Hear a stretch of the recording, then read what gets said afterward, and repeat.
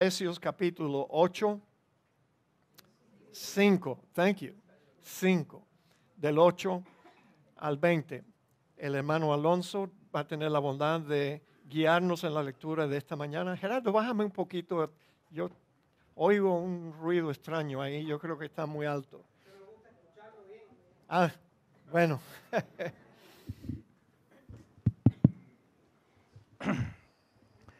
Buenos días, hermanos.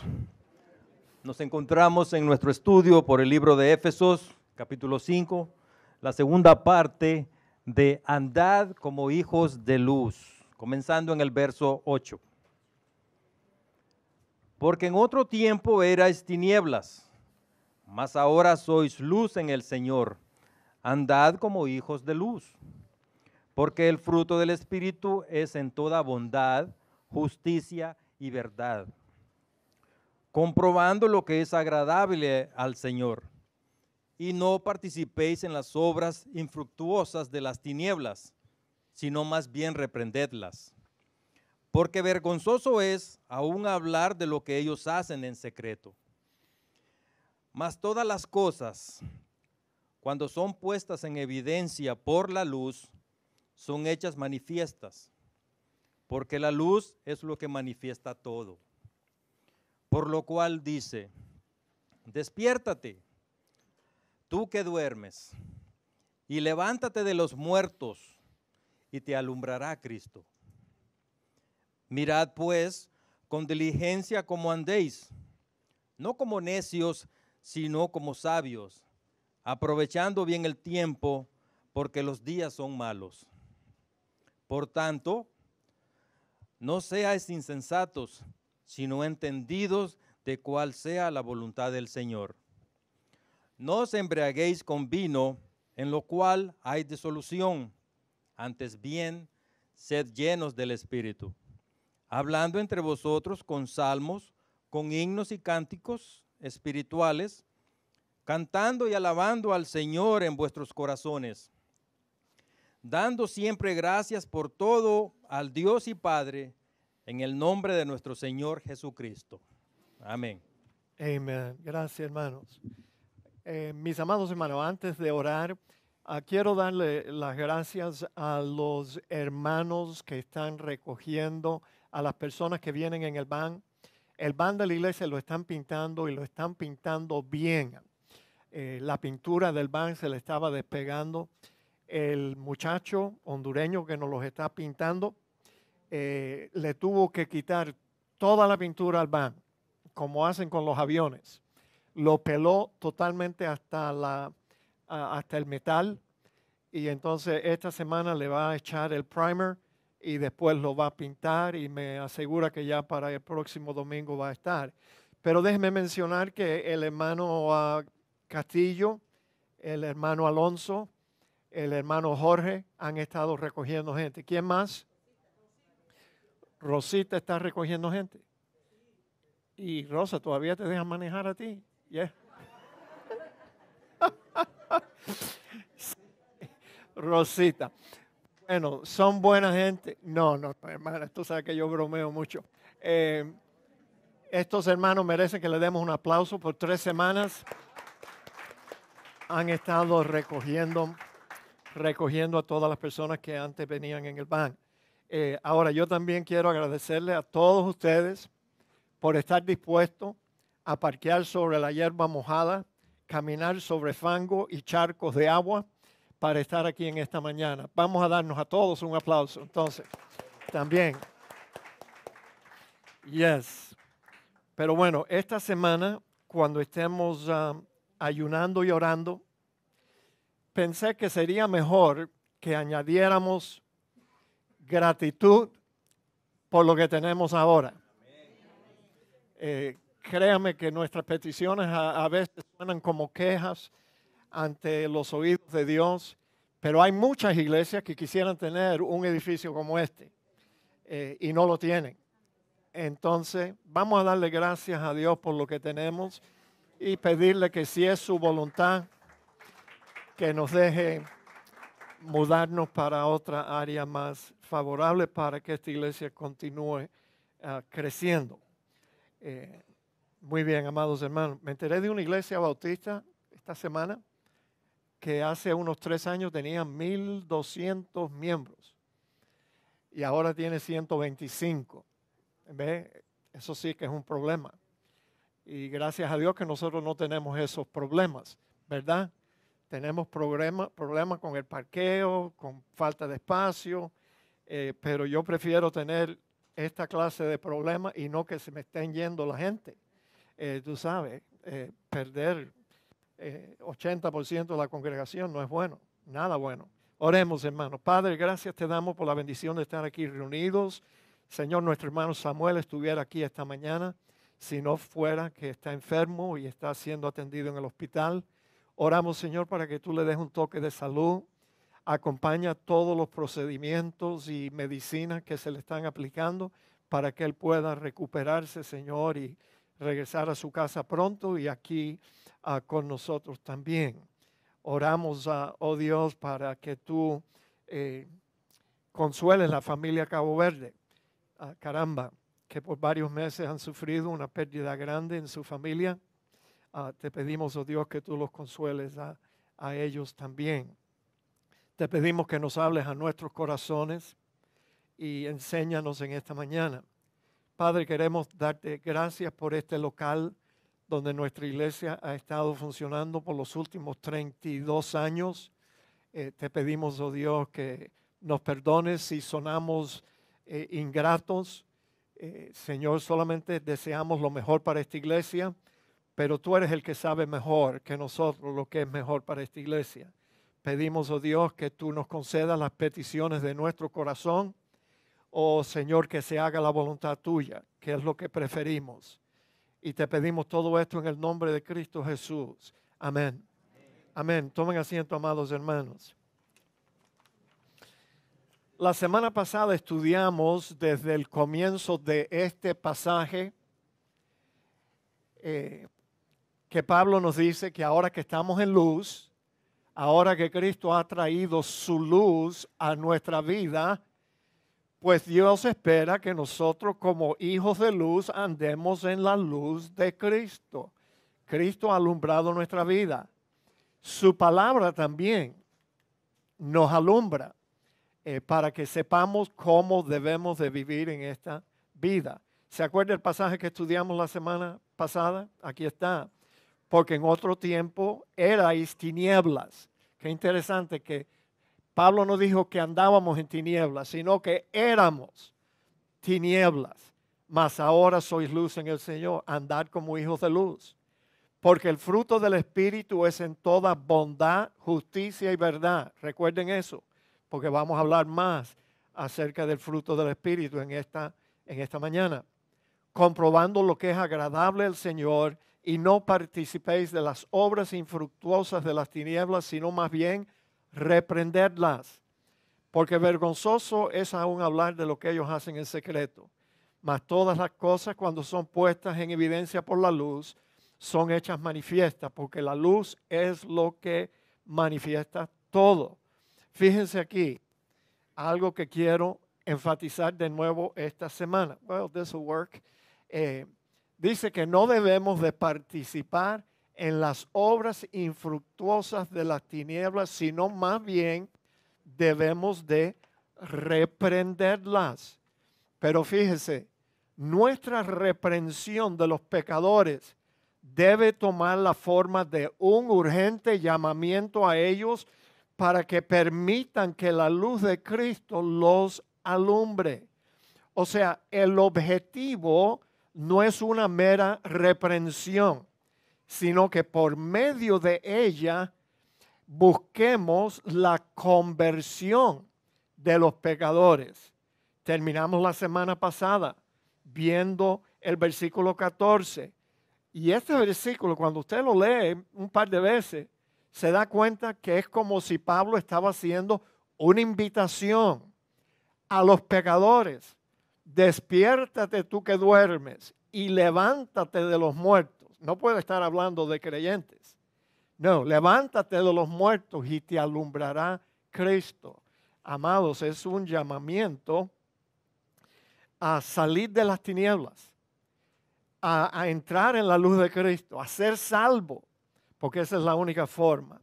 Yo no sé si yo les conté a ustedes, maybe sí, maybe no, ya no me acuerdo, que el día que yo fui salvo, el 1 de julio de 1976, hasta esa fecha, yo nunca había oído la palabra elección o predestinación. Nunca nadie me había dicho nada de elección y predestinación y sin embargo, ese día yo fui salvo. Así que fíjate, ¿qué es lo que te dice eso a ti? Lo que te debe decir, el propósito que yo tengo en contarte eso.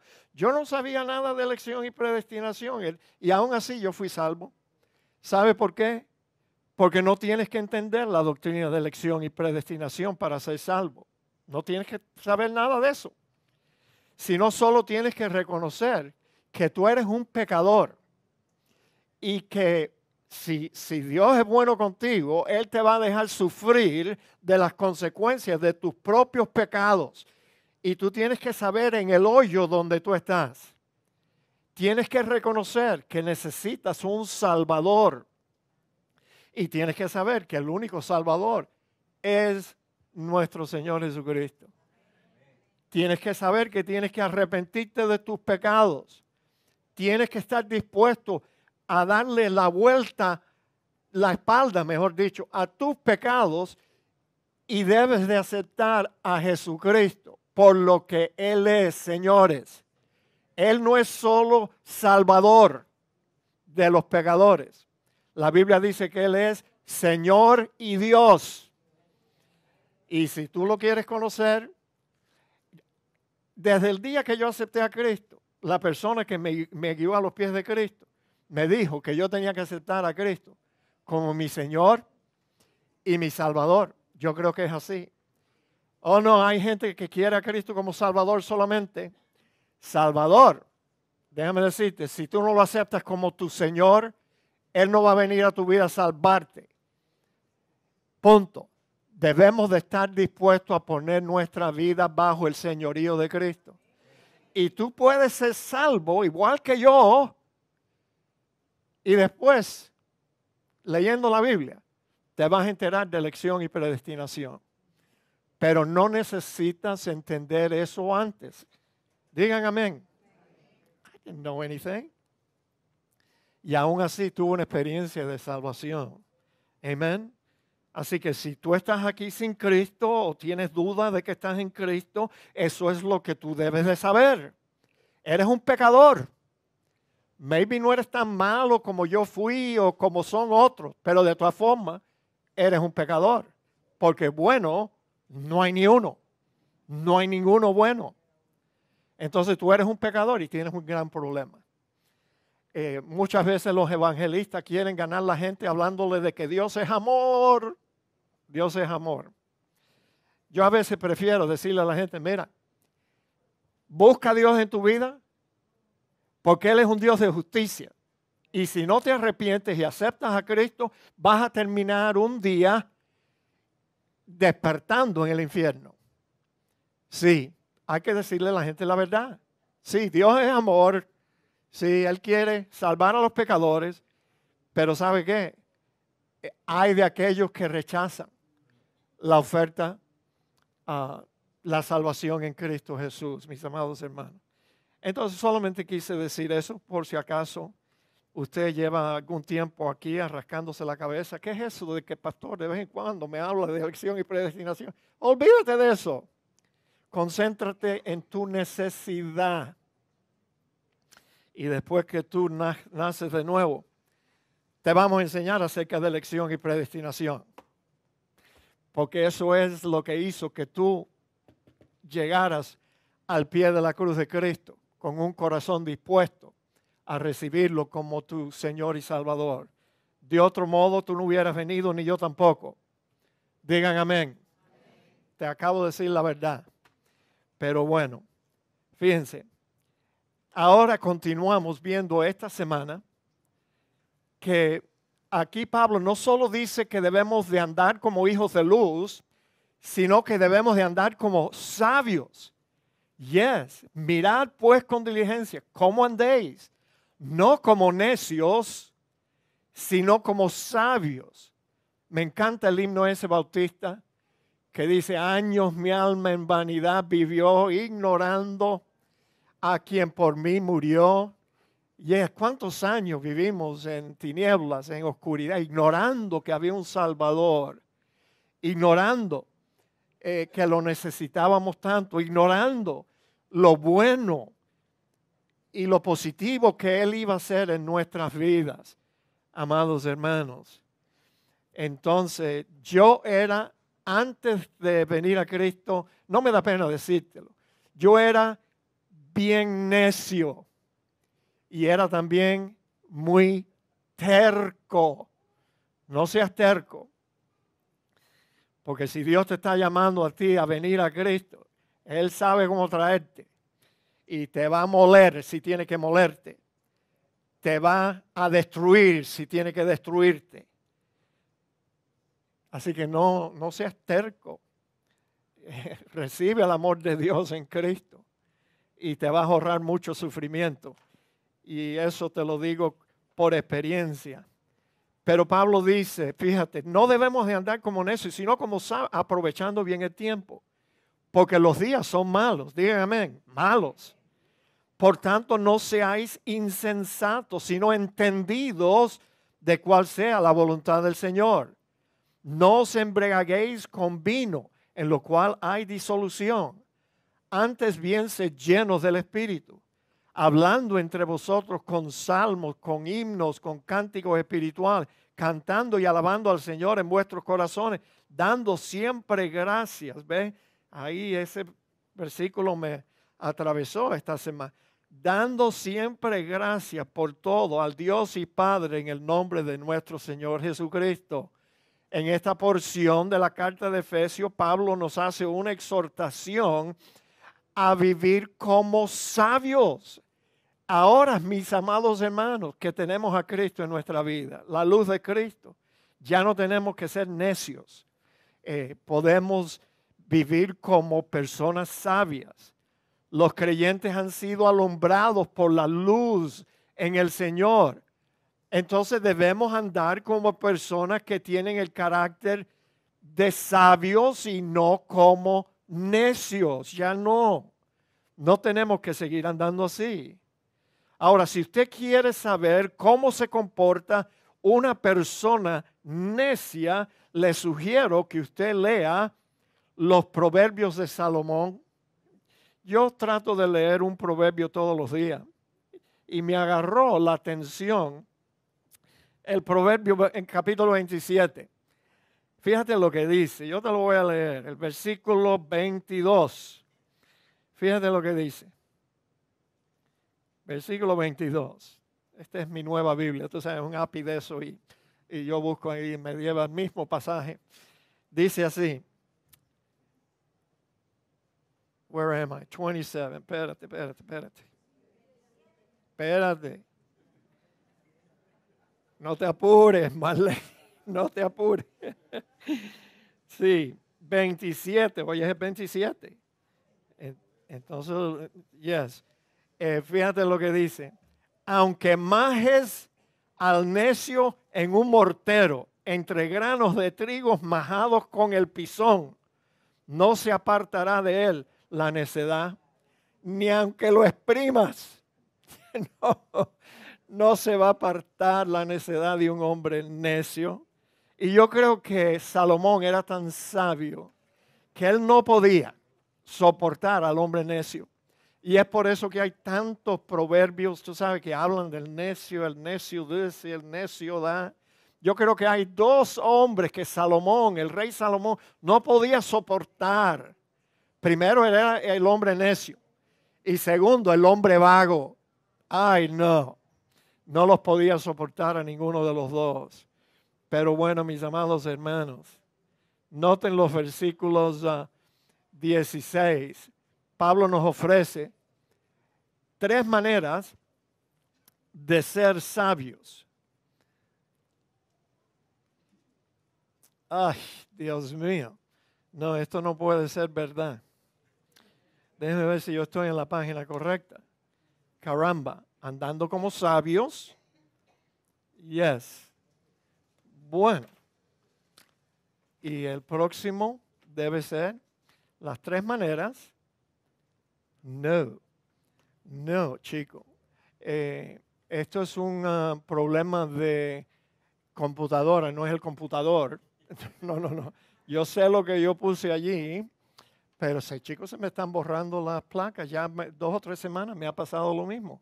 Yo esperaba otra cosa. No miren eso.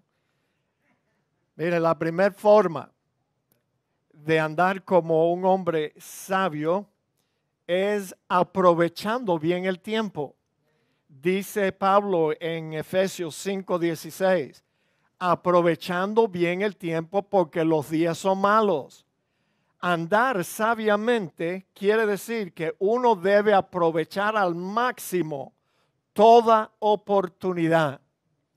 Y los griegos en la antigüedad representaban el concepto de la oportunidad en una escultura de un joven que tenía alas en los pies y alas en la espalda, que tenía pelo largo aquí en el frente, pero detrás de la cabeza, la escultura, el joven era calvo. Y la idea era que cuando se te acerca la oportunidad, agárrala por los pelos, porque si la dejas pasar, luego la vas a querer obtener y no hay donde agarrar la oportunidad. Y la aplicación para nosotros es clara. Las oportunidades para el crecimiento y para el servicio cristiano son tiempos breves que pronto pasan. El cristiano sabio las reconocerá y las usará mientras pueda. Agarren las oportunidades, mis amados hermanos. Miren, este jueves tienen una oportunidad para crecer en el conocimiento de los últimos tiempos. Una nube oscura amenaza a la iglesia. Pueden venir aquí a las 10 de la mañana. Y bueno, yo estoy bien triste, tú sabes, porque desde el mes de noviembre no habíamos tenido un diálogo en diciembre. Yo fui el que decidí no tener uno en diciembre, porque diciembre, tú sabes cómo es diciembre, las Navidades, Año Nuevo, muchas otras actividades. Yo dije, pero señores, ¿sabías tú que yo llevo anunciando este diálogo el día jueves 31 de enero desde finales de noviembre? Invitando a los pastores, a los líderes de la iglesia, oye, 3 veces a la semana, desde noviembre. ¿Tú sabes cuántas personas me han llamado? Cuenten conmigo, yo quiero oír, pastor, yo quiero oír eso de la nube oscura que amenaza a la iglesia. 0. No me ha llamado nadie. Absolutamente nadie. Pero ¿sabe qué? Yo soy como la escultura esa de los griegos. Y hubiera agarrarme por adelante, porque el día que tú se acabe la bobería y tú me quieras buscar, ya no me vas a encontrar. No me vas a encontrar. Pero qué triste, ¿verdad? Qué triste. Yo pensé que la iglesia se iba a llenar de gente. Ahora, no se desanimen ustedes de esta iglesia. Oye, tú debes de venir. Tú eres de aquí. Y van a venir 2 o 3 más, 4 más. Siempre vienen todos los meses. Pero tú sabes lo que es eso. Radio Luz, 3 veces a la semana, anunciando el diálogo escatológico que no haya recibido ni una sola llamada. That's all right. Que Dios los ayude. Cuando se acabe la bobería y van a estar corriendo como las gallinas que le han torcido el pescuezo, pero no la mataron del todo. No. Bueno, mis amados, qué lástima me da, realmente. ¿Tú sabes cuál es el problema de los pastores? Yo les he dicho esto antes. Los pastores piensan que ya ellos se las saben todas y no necesitan aprender nada nuevo. ¿Verdad, hermano José? Ese es el problema de los pastores. Sí, todos somos iguales. Ay, ¿qué me va a enseñar ese Pereda? Yo creo que la gente que escucha Radio Luz, hay muchos que lo escuchan todo el día. Tienen el radiecito ahí en la fábrica, que los cubanos le llaman la factoría. Esa no es una palabra correcta, señores, no es una factoría, es una fábrica. Pero bueno, todo el día están escuchando Radio Luz. Los cristianos llevan su radiecito ahí a la fábrica o a su trabajo. Solo lo apagan cuando ellos oyen que va a empezar el programa del pastor Pereda. Ay, no, ese tipo a mí me cae más pesado y seguro que apagan la radio. Pero bueno, it's okay. It's okay. Tú sabes, gracias a Dios que ustedes me soportan. Caramba, gracias le damos a Dios por eso. Bueno, la razón para aprovechar bien el tiempo, Gaby, ¿dónde está Gaby? Ya se me fue. Ah, Alejandro, ok. ¿Se dan cuenta que los hombres siempre necesitan a alguien que los atienda? Si Alejandro es que se siente mal, ¿por qué no se fue Alejandro para la casa y me dejó a Gaby en la silla? Bueno, no puede manejar. La verdad que los hombres por eso no podemos parir. No. Anyway, hermanos, hay que aprovechar bien el tiempo porque los días son malos. Y déjeme decirles, si eran malos en el primer siglo, ¿cuánto más malos están ahora en el siglo XXI? Sí. Hablando de los últimos tiempos, el Señor nos exhortó a trabajar mientras que era de día. ¿Se acuerda? El Señor dijo, pronto la noche viene. Él dijo, es necesario que yo haga la obra de Dios mientras que es de día, porque pronto la noche viene cuando nadie puede trabajar. ¿Por qué tú te crees que el Señor dijo eso? ¿De qué estaba hablando? ¿De qué se estaba refiriendo? ¿Sabe lo que se estaba refiriendo? Yo lo creo firmemente. Va a llegar el día cuando se va a acabar la bobería. ¿Y tú crees que el gobierno mundial nos va a dejar a nosotros reunirnos así como cristianos? No, Señor. No van a haber cultos cristianos, prohibidos. No van a haber iglesia, prohibidos. No va a haber evangelismo, prohibido. Y las Biblias las van a colectar y quemarlas. Y esos días vienen pronto. Vienen pronto. Pronto la noche viene cuando nadie puede trabajar. O sea, pronto las oportunidades para hacernos tesoros en el cielo se acabarán. Pronto las oportunidades para crecer y ser edificados se acabarán. Pronto las oportunidades para servir a Cristo y extender su reino se acabarán. Tenemos que aprovechar bien el tiempo. Ahora, me provoca amonestarles diciendo de nuevo esta semana, perdonen que yo sea tan, ¿cuál es la palabra? ¿Cómo? Repetitivo. Yo estaba pensando en algo peor, tan pesado. Sí, pero el asunto me provoca decirles a ustedes que yo puedo pensar en una forma más provechosa para que usted pase sus noches entre semana. Y no es viendo el último episodio de una novela que exalta las obras infructuosas de las tinieblas. No, usted debe ir a uno de los grupos de gracia. Eso sería una forma más provechosa. Digan amén. Mire, yo nunca he visto una novela, pero yo te puedo decir el tema de las novelas. Fíjate, las novelas ahí en Toilet Mundo y en Visión... Anti-Unión, Visión, whatever. Mira, sí, Univisión, ya. Mira, las novelas tienen el tema de fornicación, adulterio, divorcio, odio, envidia,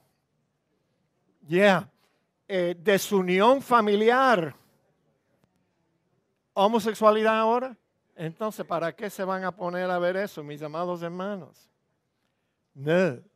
Únase a uno de los grupos de gracia. Venga a estudiar la Biblia con nosotros. Caramba, ¿no sería eso más provechoso que estar viendo? My goodness. Tú sabes, los cristianos no solamente participan de las obras infructuosas de las tinieblas, pero los cristianos de esta generación se entretienen viendo a los que viven de esa forma. Y eso es las novelas. Acéptalo si tú quieres, pero es una verdad, mis amados hermanos. Ahora, otra forma de andar como sabios es entendiendo cuál es la voluntad de Dios para nuestras vidas. Sí, Pablo dice, por tanto no seáis insensatos, sino entendidos de cuál sea la voluntad del Señor. ¿Sabía usted que la mayoría de los creyentes andan afanados buscando la voluntad de Dios como si la voluntad de Dios fuera algo que Dios lo tiene escondido? Y no quiere que tú lo descubras a menos que tú luches y luches y luches por entender cuál es la voluntad de Dios para tu vida. Mis amados hermanos, la voluntad de Dios no es algo que te va a llegar. El conocimiento de la voluntad de Dios no te va a llegar en un sueño o en una visión sobrenatural. Yo no sé por qué los cristianos están tan afanados en recibir todo por medio de algo sobrenatural. ¿Será porque el apóstol está diciendo que tienes que vivir en lo sobrenatural? Que ahora los cristianos piensan que todo es sobrenatural. Muchas veces me han preguntado si yo creo que Dios habla a través de visiones y sueños, y siempre le doy la misma respuesta. Yo le digo, mire hermano, yo no busco la voluntad de Dios para mi vida en un sueño, caramba, porque yo he notado que si me como una comida pesada antes de acostarme, yo tengo un sueño espantoso, una pesadilla, pero es porque tú sabes, no debí de haber comido esa comida antes de dormirme. Yo no estoy buscando cuál sea la voluntad de Dios en un sueño, en una visión, porque nosotros creemos en la total suficiencia de las Escrituras para preparar al cristiano para toda buena obra. Porque yo voy a estar tratando de averiguar mis sueños.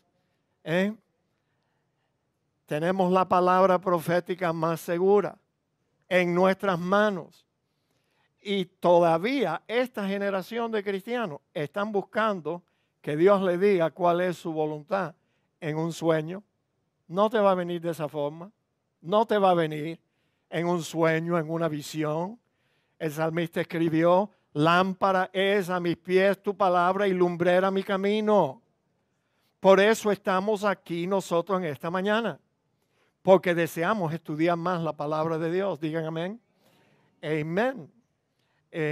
Bueno, el doctor John MacArthur Jr., que yo lo considero como un expositor bíblico sobresaliente, escribió hace unos años atrás un libro para ayudar a los cristianos que están buscando la voluntad de Dios para su vida y todavía no la han encontrado. El libro de MacArthur, que ya fue traducido en español, en inglés era Finding God's Will for Your Life. Encontrando la voluntad de Dios para tu vida. Y MacArthur sugiere que la voluntad de Dios para tu vida está revelada ya, escuchen esto, en blanco y negro dentro de la Biblia. Fíjate, no lo tienes que buscar en ninguna otra forma o por ningún otro medio. Lo que tienes es que abrir la Biblia y te vas a dar cuenta que allí Dios no esconde, sino que lo puso allí para que nosotros simplemente en nuestra lectura diaria encontráramos lo que es la voluntad de Dios para la vida de un cristiano. En primer lugar, fíjense, MacArthur en su libro, que yo lo leí totalmente, yo creo que este es uno de los libros de MacArthur que tú puedes leer en una sentada, tú sabes. Y lo primero que MacArthur dice es que la voluntad de Dios para tu vida es que Él quiere darte vida eterna. Quiere que tú seas salvo. Fíjate, en Juan capítulo 6, 39 al 40, fíjate cómo lo dice. Mira, en blanco y negro te dije, ¿no es cierto? En blanco y negro te dice cuál es la voluntad de Dios para tu vida. Y esta es la voluntad del que me ha enviado, que todo aquel que ve al Hijo y cree en Él tenga vida eterna. Y yo le resucitaré en el día postrero. Esa es la voluntad de Dios. Es más, ya nosotros hemos estudiado en varias ocasiones que la voluntad de Dios, Dios quiere que todos los hombres fueran salvos. Ya, todo eso es lo que Él quisiera. Yo lo quisiera también. Si todos los hombres fueran salvos, no tuviéramos esos idiotas ahí en New York State diciendo que una mujer puede abortar a su hijo hasta el día antes de nacer. ¿Qué es eso? Una locura. Un crimen. Que dicho sea de paso, es un crimen que Dios aborrece. Es uno de 6 pecados que Dios aborrece. El que derrama sangre inocente. ¿Y quién es más inocente? Dime tú. Que un bebé que se está desarrollando en el vientre de su madre. ¿Quién es más inocente que eso? Mis amados. Qué cosa más triste lo que se está haciendo aquí en América. Bueno, ayer fui a una reunión de Christian Family Coalition y dijeron que hace 20 años, que fue cuando se fundó la coalición de familias cristianas, se estaban haciendo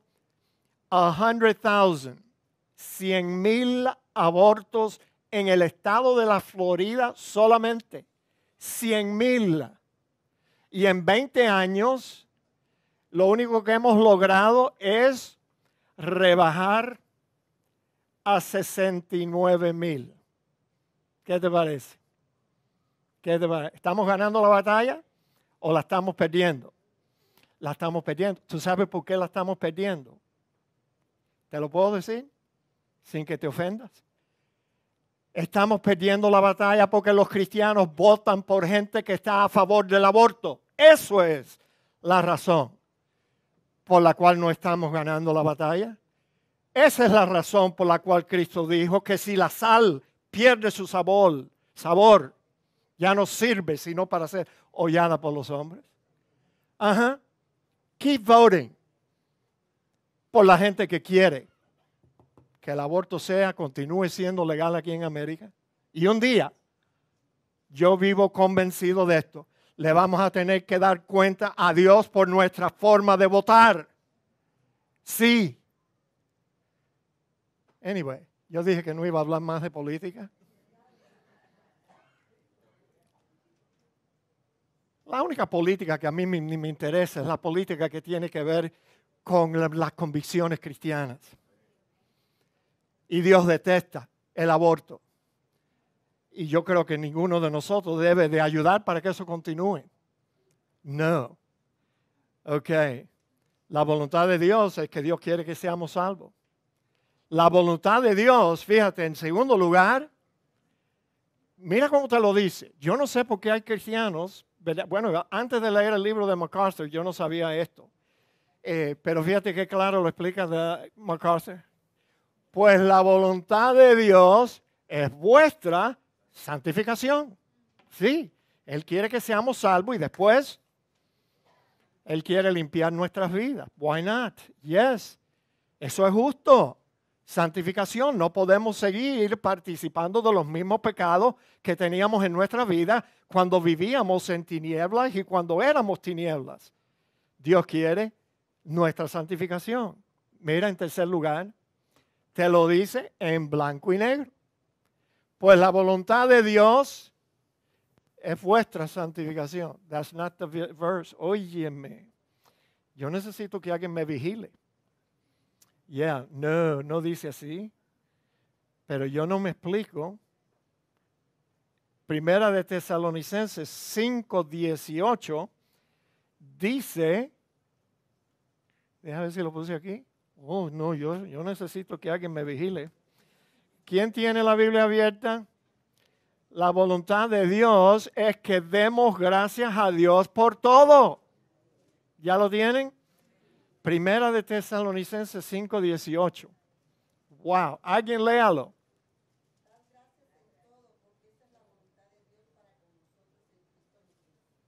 Ahí está. La voluntad de Dios es que el cristiano tenga siempre un corazón agradecido por lo bueno y por lo malo.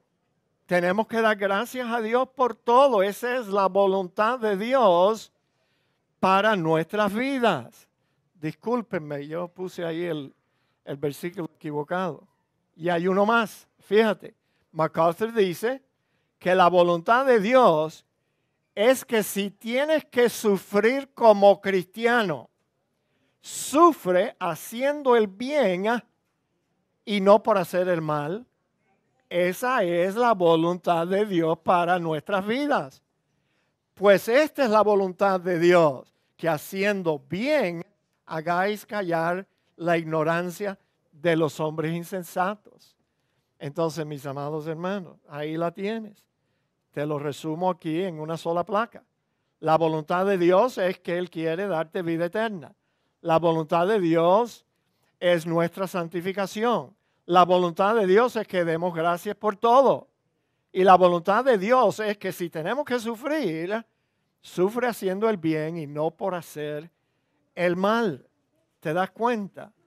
El gran expositor bíblico MacArthur sugiere, fíjate lo que él sugiere en su libro Finding God's Will for Your Life.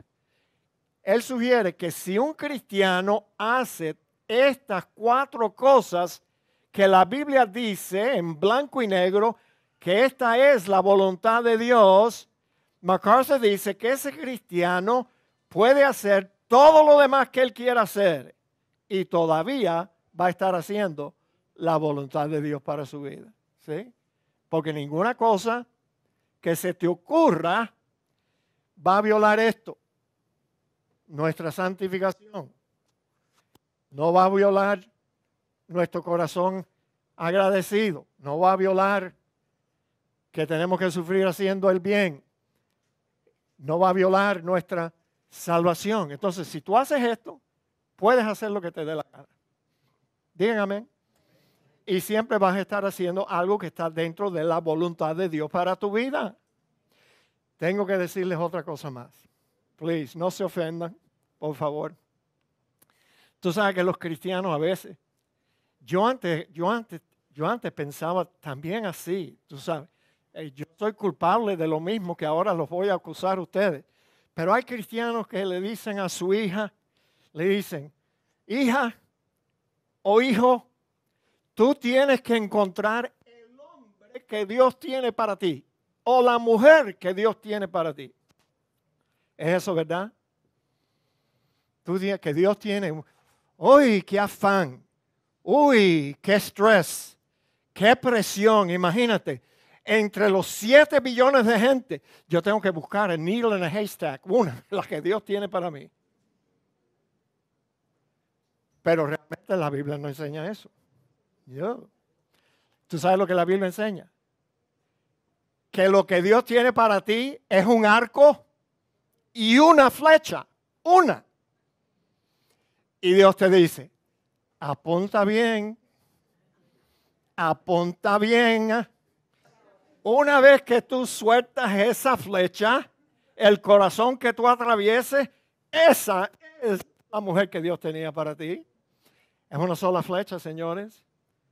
Y hay una sola provisión en la Biblia. Si puedes casarte con quien a ti te da la gana, solamente que esté en el Señor. Que sea una persona creyente igual que tú. Y no te vayas a casar con un hijo del diablo, con un demonio. Tienes que casarte con alguien, con un hombre o una mujer que está en el Señor. Digan amén. La apariencia también es necesaria, dicho sea de paso, cuando uno selecciona a tu pareja. Digan amén.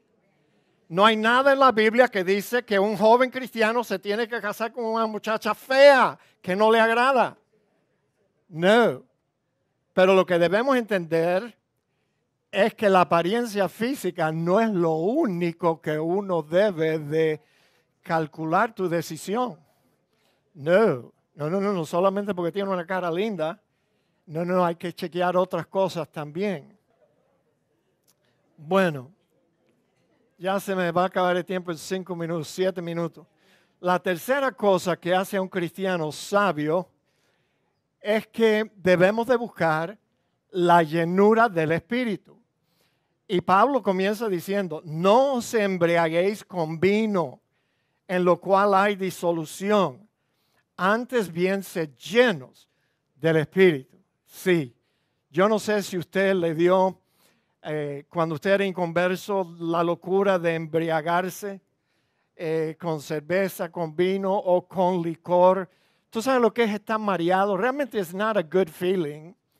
Ese sentir de estar mareado y hablas cosas, boberías y te comportas como un verdadero necio.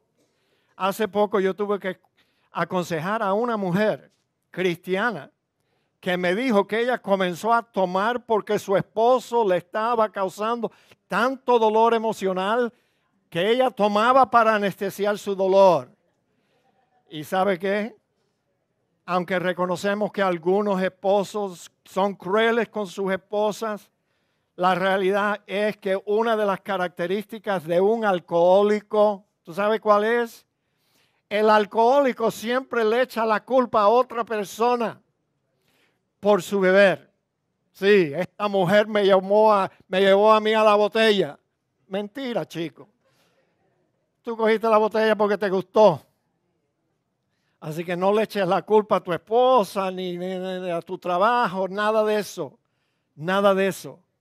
Pablo aconseja a sus lectores a no emborracharse porque eso te turbe la mente y te hace decir y hacer cosas necias. Antes lo que el cristiano debe hacer es llenarse del Espíritu. Pero sabe que este es otro de esos temas sobre los cuales los cristianos están confundidos. La mayoría de los cristianos no saben lo que es la llenura del Espíritu. Déjenme darle algunos ejemplos. Algunos piensan que la llenura del Espíritu les va a producir una especie de borrachera. ¿Cómo ellos sacan eso de ese texto? Pablo dice, no te emborraches con vino, sino llénate del Espíritu. ¿Cómo tú vas a pensar que cuando te llenas del Espíritu vas a estar, tú sabes, cayéndote? Como si estuvieras con una borrachera espiritual. No es eso. La llenura del Espíritu no es eso. Otros piensan que la llenura del Espíritu los va a hacer hablar en un idioma extraño, angelical, que no es más otra cosa que jerigonza. No, el don de lenguas, Dios lo utilizó en el comienzo de la iglesia, pero después las lenguas cesaron, dejaron de existir. Entonces toda la gente que dice que habla en lengua, lo que está hablando es en jerigonza. Así que el don de lenguas no es lo que tú vas a tener cuando tú estás lleno del Espíritu. Otros creen que la llenura del Espíritu es una experiencia que tú vas a sentir una sensación como una corriente eléctrica que corre por tu pecho o por tus brazos. Eso no es la llenura del Espíritu, mis amados hermanos. Los cristianos están confundidos hoy en día sobre la llenura del Espíritu, que no tienen idea alguna lo que es y no tienen idea cómo llenarse. Muchos piensan que la llenura del Espíritu es algo que uno se lo pide a Dios en una oración y Dios te llena. ¿Ve? Yo me paciento con cristianos que piensan que ellos van a conseguir todo lo que Dios quiere pedirle a ellos. Lo van a conseguir pidiéndoselo a Dios. Porque fíjate, el apóstol Pablo no dijo, pídele, sino que él dijo, llénate. No, este no es un asunto de pedirle a Dios que te llene. No. ¿Y cuántos cristianos están? Ay, Señor, lléname de tu espíritu, Señor. Yo quiero andar con tu espíritu, borracha en el espíritu. Yo quiero más de tu espíritu, como si Dios diera su espíritu por medida. El espíritu es una persona. Y Dios no te va a dar una pierna, un brazo, una parte del espíritu, te dio todo. Pero no es pedírselo a Dios. Claramente la responsabilidad es del creyente. Llénate. No andes emborrachándote. Llénate del Espíritu.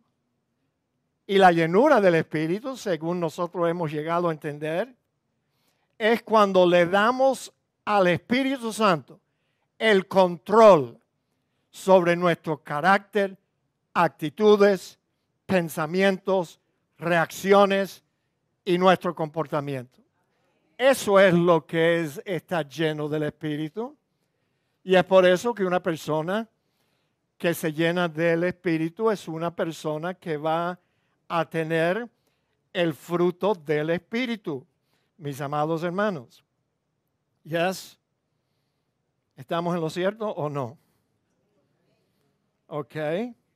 Déjeme buscarle el pasaje. En Gálatas capítulo 5 y versículo 16. Fíjate lo que dice. Digo pues, andar en el Espíritu y no satisfagáis los deseos de la carne. Esa es la cosa. Por ahí empieza la llenura. No hagas lo indebido y vas a estar andando en el Espíritu. Porque el deseo de la carne es contra el Espíritu y el del Espíritu es contra la carne. Y estos se oponen entre sí para que no hagáis lo que quisierais. Pero si sois guiados por el Espíritu, no estás bajo la ley. Y manifiestas son las obras de la carne, que son adulterio, fornicación, inmundicia, lascivia, idolatría, hechicería, enemistad, pleitos, celos, iras, contiendas, disensiones, herejías, como cualquier novela. ¿No es cierto?